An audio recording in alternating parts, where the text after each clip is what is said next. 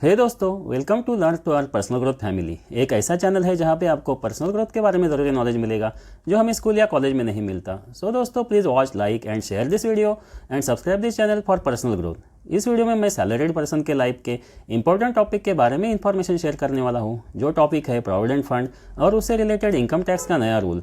दोस्तों, इंडिया में काफ़ी समय से प्रोविडेंट फंड एक टैक्स फ्री इन्वेस्टमेंट था।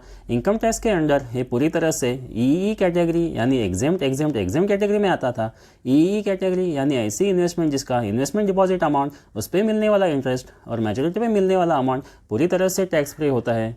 लेकिन बजट 2021 में फाइनेंस एक्ट को अमेंड किया गया और प्रोविडेंट फंड इंटरेस्ट को इनकम टैक्स के दायरे में लाया गया। सीबीडीटी यानी केंद्रीय प्रत्यक्ष कर बोर्ड ने इस अमेंडमेंट को लागू करने के लिए 31 अगस्त 2021 को 95/2021 नंबर का नोटिफिकेशन जारी करके एक नया रूल इनकम टैक्स में लागू किया है, जिसे इनकम टैक्स एक्ट का रूल 9D कहते हैं। मुझे लगता है कि सभी सैलरीड लोगों को इस 9D रूल के बारे में इंफॉर्मेशन होनी चाहिए, जिससे सभी लोगों को पता होगा कि इस नए नियम का उन पर क्या असर होगा। इसलिए इस वीडियो को एंड तक ज़रूर देखें, फिर चाहे आपका पीएफ का अमाउंट कितना भी हो, क्योंकि हो सकता है कि भविष्य में सभी लोग इस रूल के दायरे में आ जाए।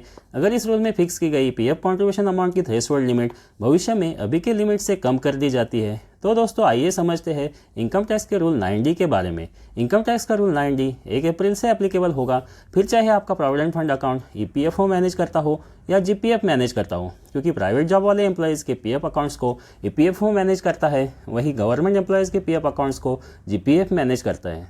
इस रूल की वजह से हर एम्प्लॉय के प्रोविडेंट फंड खाते को 2 अकाउंट्स में डिवाइड किया जाएगा। एक अकाउंट ऐसा होगा जिसमें आपके पीएफ का नॉन टैक्सेबल कंट्रीब्यूशन जमा होगा और दूसरा अकाउंट ऐसा होगा जिसमें आपके पीएफ का टैक्सेबल कंट्रीब्यूशन जमा होगा। इस रूल में नॉन गवर्नमेंट एम्प्लॉयज़ यानी प्राइवेट जॉब वाले एम्प्लॉयज़ और गवर्नमेंट एम्प्लॉयज़ के लिए नॉन टैक्सेबल इंटरेस्ट के लिए प्रोविडेंट फंड कंट्रीब्यूशन की एक फाइनेंशियल ईयर के लिए थ्रेशोल्ड लिमिट फिक्स की गई है, और अगर किसी एम्प्लॉय के खाते में एक फाइनेंशियल ईयर में इस थ्रेशोल्ड लिमिट के ऊपर पीएफ कंट्रीब्यूशन जमा होता है तो उस एक्सेस अमाउंट पे मिलने वाले इंटरेस्ट पे टैक्स लगेगा।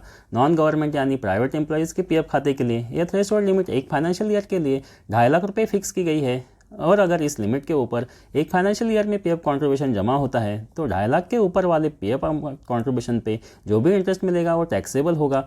गवर्नमेंट यानी सरकारी एम्प्लॉयज़ के पीएफ खाते के लिए यही थ्रेशोल्ड लिमिट एक फाइनेंशियल ईयर के लिए 5 लाख रुपये फिक्स की गई है, और अगर इस लिमिट के ऊपर एक फाइनेंशियल ईयर में पीएफ कंट्रीब्यूशन जमा होता है तो 5 लाख के ऊपर वाले पीएफ कंट्रीब्यूशन अमाउंट पे जो भी इंटरेस्ट मिलेगा वो टैक्सेबल होगा। अगर किसी एम्प्लॉय के पीएफ खाते में उसका एम्प्लॉयर यानी कंपनी कंट्रीब्यूशन नहीं जमा करती है तो उनके लिए भी एक थ्रेशोल्ड लिमिट एक फाइनेंशियल ईयर के लिए 5 लाख रुपये फिक्स की गई है, और अगर इस लिमिट के ऊपर एक फाइनेंशियल ईयर में पीएफ कंट्रीब्यूशन जमा होता है तो 5 लाख के ऊपर वाले पीएफ कंट्रीब्यूशन अमाउंट पे जो भी इंटरेस्ट मिलेगा वह टैक्सेबल होगा। एग्जिस्टिंग पीएफ खाते को 31 मार्च 2021 के तक के बैलेंस अमाउंट को नॉन टैक्सेबल अकाउंट में ट्रांसफ़र किया जाएगा। इसका मतलब यह है कि 1 अप्रैल 2021 से जो भी कंट्रीब्यूशन जमा होगा उसे थ्रेशोल्ड लिमिट के बेसिस पे 2 अकाउंट्स में यानी टैक्सेबल कंट्रीब्यूशन अकाउंट और नॉन टैक्सेबल कंट्रीब्यूशन अकाउंट में स्प्लिट किया जाएगा, और पीएफ अकाउंट के टैक्सेबल कंट्रीब्यूशन अकाउंट में साल भर में जो भी डिपॉजिट अमाउंट जमा होगा उस पर मिलने वाले इंटरेस्ट पे इनकम टैक्स लगेगा। इस 9D रूल की वजह से आपके पीएफ खाते में कंट्रीब्यूशन कैसे जमा होगा, उससे इंटरेस्ट कैसे कैलकुलेट होगा और उस पर इनकम टैक्स कितना और कैसे कैलकुलेट होगा, इसका एग्जांपल हम नेक्स्ट वीडियो में डिटेल में समझेंगे। इसलिए आप चाहे तो इस चैनल को सब्सक्राइब कर सकते हो और नोटिफिकेशन बेल को प्रेस कर सकते हो।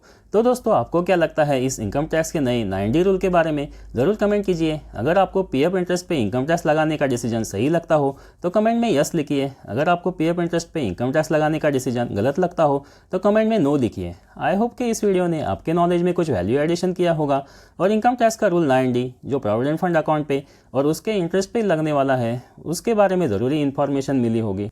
यह वीडियो एक एजुकेशनल पर्पज़ के लिए बनाया हुआ है, यह कोई पर्सनल इन्वेस्टमेंट रिकमेंडेशन या टैक्स प्लानिंग सजेशन नहीं है। इसलिए आप कोई भी इन्वेस्टमेंट करने से पहले अपने फाइनेंशियल एडवाइज़र या टैक्स कंसल्टेंट से ज़रूर डिस्कस करें, क्योंकि हर एक पर्सन की फाइनेंशियल रिस्क लेने की कैपेसिटी अलग होती है।